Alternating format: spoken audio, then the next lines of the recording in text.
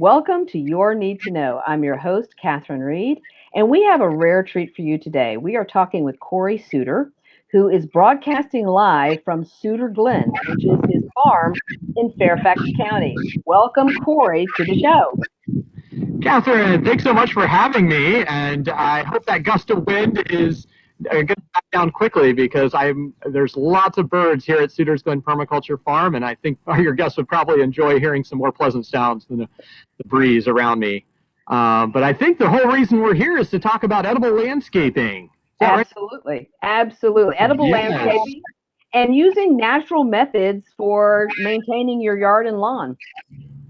Yeah, so the Fairfax Food Council has a really special treat in store for anyone that is looking to learn some really practical gardening skills and be entertained by a really enthusiastic guest. We have an award-winning author, a best-selling author, Bree Arthur, who wrote the book Foodscape Revolution and the book Gardening with Grains. She's a frequent contributor on PBS, Growing a Greener World, which is an Emmy Award-winning television show. And she is going to be live at one of our workshops on April 14th, 7 o'clock in the evening. I'm guessing your producer will put up the web address for fairfaxcounty.gov/food council for anyone who's interested in registering for that workshop. I know that we've already got about 150 people signed up, but I think we've got the bandwidth for 500 guests. So Wow. this is usually a speaker that you have to pay to go hear and see. She's really entertaining, a lot of fun, very lively, and she'll be teaching us about edible landscaping.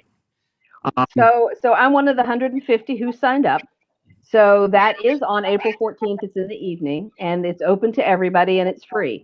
And since I have a yard here in Fairfax County that needs some help, this is a great way for me to consider, and anybody else who shows up for this, ways to think about your lawn and about landscaping and about being a good steward of the environment in ways that maybe homeowners have not thought of previously. And so edible landscaping is a really important part of that, the choices that we make about what we plant in our yards. And Suter Glen is sort of like this showcase right here in the county for how you've done that, both in your front yard, and I really want you to talk about what you've done in your front yard, and also on your 5+ acre property. Yeah, so you're seeing just a little bit of my backyard behind me, Catherine, and I'll just walk your listeners through a couple of the plants. There's a row of garlic right behind me, and then a little bit behind that, you'll see a decorative amaryllis flower that I brought out just for the show, and then you'll see a Korean bush cherry, that other side, that right behind me. Those beautiful white with a little tinge of pink flowers is a bush cherry. And then a little bit further through there is a pineapple guava. Once you look through the flowers, you might see that. And if you see any yellow, that would be just one of my forsythias in bloom. So part of edible landscaping is incorporating both edible plants and decorative plants into our landscaping beds to make our lived environment more beautiful and to delight all five of our senses. I mean, being out here in the garden, I can hear the birds. I see a bee buzzing right by me. I get to feel the nice cool breezes, the sun on my face. And then when the plants can provide a wonderful aroma. I wish your listeners and viewers were actually able to be here with me today because my boxwood I have a really fragrant boxwood and some hyacinths out in the front yard that are in bloom. And they're just creating this really wonderful aroma. That, and if we walked further back to my orchard, we've got the nectarines and plums are all in blossom right now. So anyway, walking around a yard that has lots of edible plants mixed in with other decorative plants is a real feast for all of our senses because we can bend down and pick up a fresh blueberry, which will be ripening in another 2 months. Right now, the only berries that are around, I'll have strawberries soon, and honeyberries soon, but I've got a few of a golden silverberry. It's a sterile nitrogen-fixing plant in the Alegnus family, so very hardy and those are ripe right now. So anyway, You've touched on a couple of things I want to follow up on, which is plants that are hardy for our zone. And I think Northern Virginia is considered zone 7. So when you go to the plant store, you look things up online, we're kind of in zone 7 pretty much. But a lot of people will look at berries and think, oh my gosh, they're a mess. Like, why would I have a berry bush in my yard? Because aren't they going to, stain the sidewalk? Aren't they going to like rot in my yard? But there's also an ecosystem going on here too, because in addition to feeding your family with the fruits of your Suter Glen, you're also feeding an ecosystem of squirrels and birds. And so explain why people should not just out of hand dismiss something like berries as being this monolithic species when in fact there's lots of different kinds and some of them are appropriate for a suburban yard. Catherine, you raise a really great point. I'm so glad you brought up the idea of staining sidewalks and so forth, because plant selection is incredibly important when it comes to doing edible landscaping well. The last thing you want in a front yard is a beautiful apple tree that then has rotting fruit dropping all over your front yard. And so choosing appropriate plants for the lived environment really makes edible landscaping much more enjoyable for everyone, your neighbors and you. And so instead of maybe doing a large apple tree, you might want to consider a smaller berry, like a service berry that's absolutely delicious, but the birds are going to eat a lot of the fruit. And if you're going to be near a sidewalk, you want to choose something that's non-staining. So maybe try a white mulberry as opposed to the black mulberries that make a terrible stain all over everything. And the wonderful thing about breeding plants is that humans have created this wonderful variety of different plants that have different characteristics that are beneficial to us and beneficial to nature. One of the plants that I often recommend for edible landscaping is the fig tree, because it has a long ripening cycle, and so you don't end up with all the apples ripening at once and starting to rot and drop. You end up with figs over a couple months. And what I've noticed about figs is as they get really ripe, they tend to start opening up, and then you have birds start eating them, or ants if you don't pick them yourself. And so I tend not to see a lot of mess under my fig trees, just thanks to that, how nature takes care of it. And if the fig is feeding the ecosystem, then if I don't get to it first. Well, and I love fig trees. And one of my neighbors here, and I live in Fairfax City in Fairchester Woods, and one of my neighbors has a whole backyard full of fig trees. Fig trees are her passion. So she brought me this little itty bitty fig tree that I planted in the fall, and it's like just a twig in my yard. But let's talk a little bit about native plants, because a lot of people understand now that planting native plants is preferable to bringing in non-native species. Yeah. But along with native plants, you also have to consider, to your point about, let's say, pest control, that some breeding or hybrids have been created to solve some of the problems that maybe indigenous native plants have. So talk a little bit about, yeah, native plants are good, and yet there are other plants that have been cultivated and grow well here that are not necessarily invasive or in competition. So this raises up you're asking a lot of different questions. And I think these are really important things to think about as gardeners, is what we're contributing to the ecosystem. One thing that I've found, though, is that some of the name varieties of like nectarines or peaches that are so juicy and sweet often are the most attractive to moths eating the leaves, or rot because the fruit is bred for so much sugar production. And so those are some of the fruits that actually need more sprays. One of the nice things about using native plants that have been adapted to a region is they've also built up some natural resistance. So like pawpaws, for example, and I don't know if your viewers are hearing my sheep are talking a little in the background. We are on a working farm today. I hear my ducks as well quacking. But anyway, Herd the sheep. Herd the sheep. There we go. We got a nice baa. They think I'm bringing them food because they hear me talking.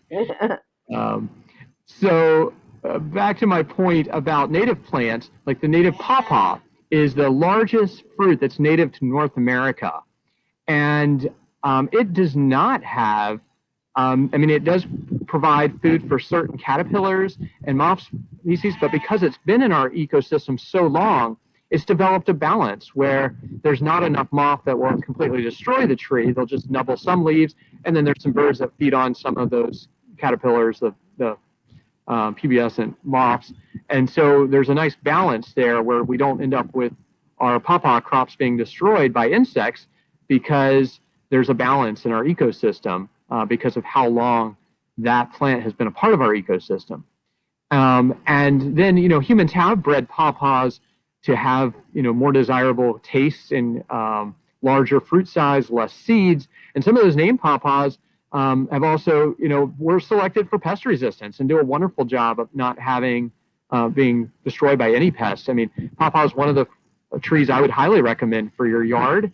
It can fruit in some shade. It's very deer resistant. The deer don't like to touch it. So it's evolved to survive really well in our climate and with our pest conditions, and it produces an abundant crop. It's a long-term investment. Pawpaws take at least 5 to 8 years till you start getting fruit.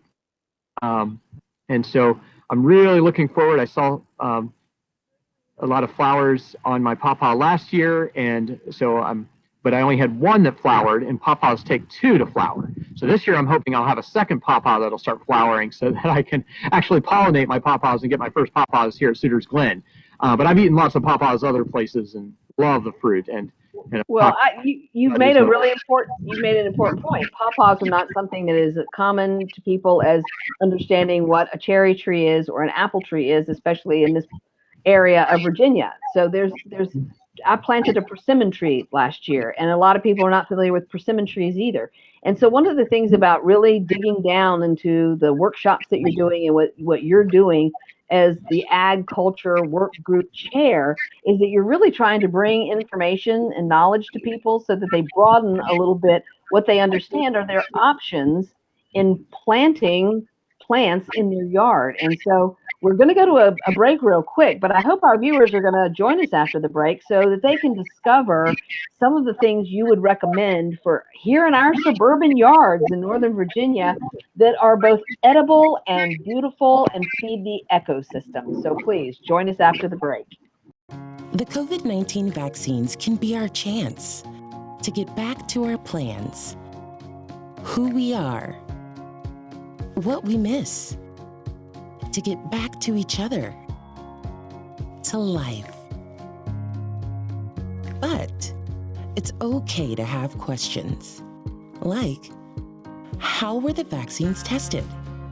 In rigorous clinical trials among adults of diverse backgrounds. Can the vaccines give you COVID-19? You cannot get COVID-19 from a vaccine. Why should I get vaccinated?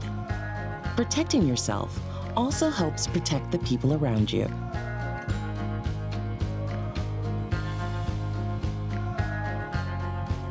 Find the latest information at getvaccineanswers.org.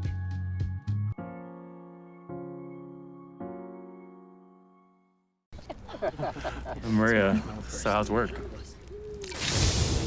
It was 4th period biology. Our students just weren't getting how easily viruses spread. So Miss Bell and I had them role play a zombie virus outbreak. By the time they had all learned the lesson, all the living were dead.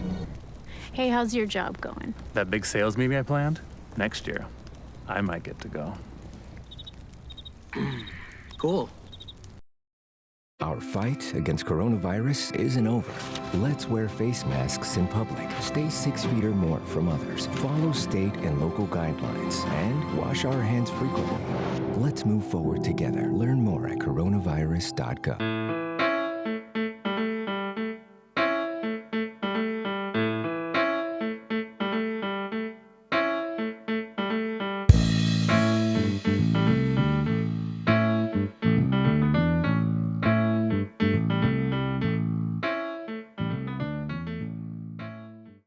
Welcome back to Your Need to Know. I'm your host, Catherine Reed, and it is a rare treat for us to have Cory Suter as a guest on our show today. He runs the farm, Suter Glen, here in Fairfax County. And he's outside today with his sheep and his ducks and his birds and his bees to help us explore how we can look at our space in our yards differently. How edible landscaping is not about having just a garden in your backyard, it's about incorporating edible plants all over our yards. So, Cory, when we went to break, we were, talking about persimmon trees and pawpaw trees, and there are plants that some people have never heard of, and so they're not considering them as possibilities for their landscaping. What are some of the other things that you would recommend that we have never heard of?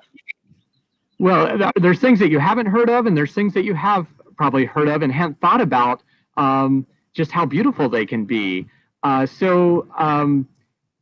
common garden vegetable that does really well in our climate, and you may think that you don't like, is okra.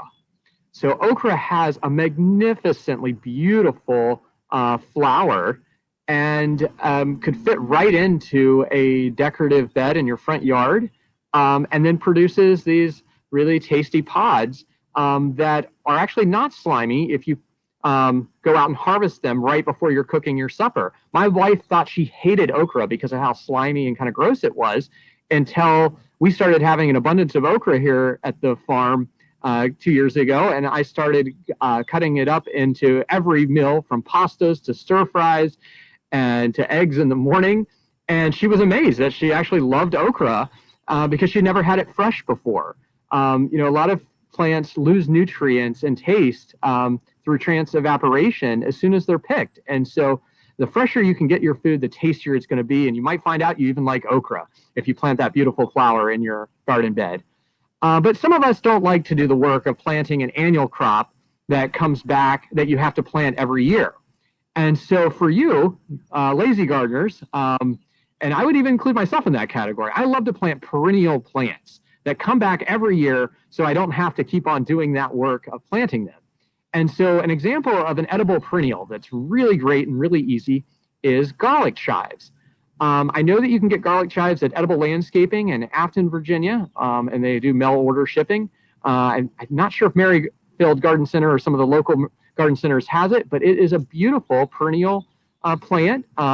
It comes back year after year and mostly stays green through the whole growing season. It does kind of get like purplish and smaller, and some of the leaves die back in the coldest part of the winter.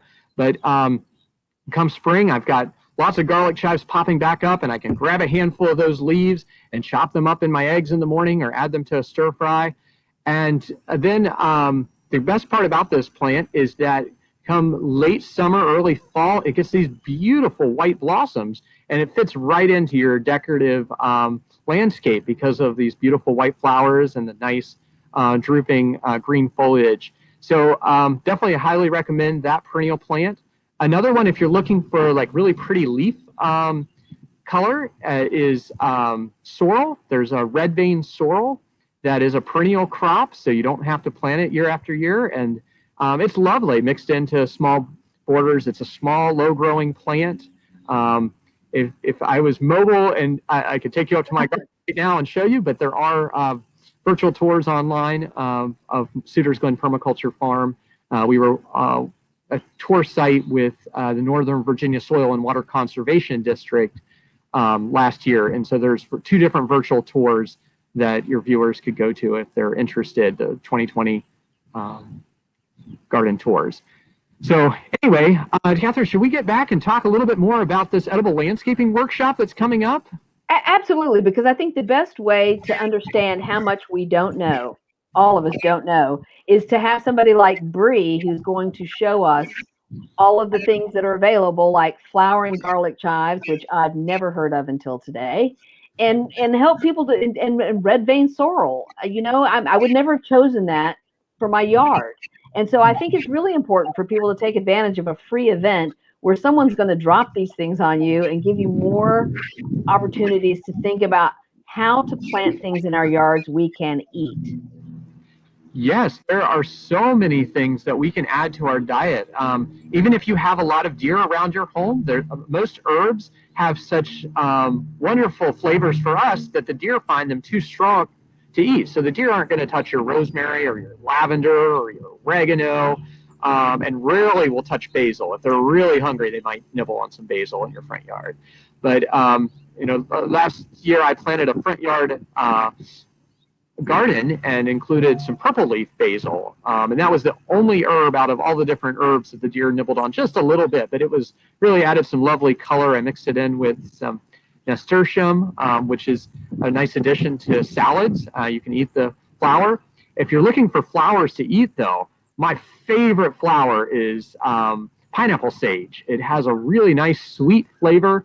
And it's a lovely red flower. Sometimes you almost feel bad eating it because the flowers are so pretty, but when you taste it, then you'll know why. My kids love to go out and nibble on pineapple sage flowers in the late summer, early fall.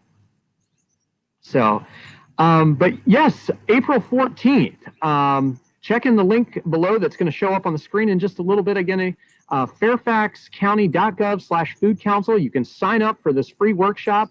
Usually it costs money to hear Bree Arthur speak. I've planted over 200 different perennials on my farm here in Fairfax County, but Bree Arthur has done even more planting. She's a trained horticulturalist. She wrote the book on Foodscape Revolution. It's a whole book on edible landscaping plants and just brings an incredible wealth of knowledge. And so I can't wait to have you sign up for this workshop and learn more tips, just like you're learning here today with Catherine and me. Absolutely, and when you talk about permaculture too, and that's a huge topic, not easily condensed down to 5 minutes. But the materials that you use in the yard and the fact that you are focused on the soil is also a really important part of this. A lot of us rely heavily on fertilizers and pesticides to try to maintain these manicured looking lawns. But there are things and ways that we can be enriching our soil because there's a lot of Virginia clay here and not a lot of rich topsoil. And and I've heard you say this before, you have to have healthy soil to have healthy plants. So that's right, Catherine. Yeah, when you have healthy soil, it's so much easier to grow healthy plants. So if you focus on the soil first, the health of the plants comes along much easier than if you just try to plant plants into dirt that's depleted of organic matter. Also, by putting organic matter in the soil, you're sequestering carbon. Compost is 50% carbon. And so not only are you going to feed the soil, but you're also, as a gardener, participating in one of the solutions to climate change, which is to get more carbon back into soil and keep the carbon there, because that's where carbon belongs. That's where the plants are healthiest, is when they have lots of organic matter. And the wonderful thing about compost is no matter what type of soil you have, compost had all of the 16 macro and micronutrients that plants needed to thrive, because compost is decayed plant material. And so once you add that compost to the soil, whether you have sand or clay, your soil is going to be much healthier. It's going to hold more water. It's going to have more aeration or more air for the roots to breathe. A common problem or people try to plant plants in a little clay bowl. Well, the water is just going to sit in that clay bowl and cause root rot for your plants. So making sure that you're adding a lot of organic matter to the soil and blending that in when you first plant a plant, and making sure if you're digging a little bowl, you're like leaving a little offshoot or not digging so low that the water is just going to sit there. So actually sometimes digging a shallower hole and then building up some more organic matter is going to give you a lot more success when planting any type of plant, really, whether it be an annual or perennial, a shrub, a tree. But Catherine, I know you had some more questions that you thought raised beds should not be off the table. There's ways of doing attractive raised beds. Like I mentioned, you in your front yard have a round, and again, people can find pictures of your farm, a whole presentation about your farm online as part of this garden tour from last year. But it looks kind of like a formal planting, but they're all edible plants, and it's in your front yard. And And the thing about doing raised beds, there's ways to do that attractively so that it looks like manicured beds, but they're full of edible plants. I think that some of us have just not considered that these are options. Yeah, I mean, one of the simplest ways to create a new landscaping bed in your front yard or anywhere in your yard that is currently grass sod is to put down a layer of cardboard, take off any tape, and you don't want to use shiny cardboard, but just your typical shipping cartons, from like Amazon or some other store. You take the cardboard, set it down on the grass, and then put about 2 inches of compost on top of that, and then you can put a thin layer of wood mulch on top of that. Or if you're using compost that already has like composted wood chips in it, you can just even use that as a top layer. And then you can plant into that mixture. And the nice thing about the cardboard is it kills the grass underneath, and the grass and the roots, as they die, provide nice pathways for worms to eat and provide or things for your plants to feed off of, and then places for your roots to grow down into that existing soil. And so that's a real easy way to go from a grass yard over to a bed that you can plant. And if you make that an attractive shape, not instead of just putting in a rectangle or a square, give it a nice curved edge and add some kind of organic shapes to your yard. I think you'll find it a little bit more pleasing and relaxing than some of the more formal rectangles, shapes that are commonly used for planting edible plants. We really can have a lot of fun in our landscape. And that's a great thing about being a gardener is you get to be an artist. You get to create something new.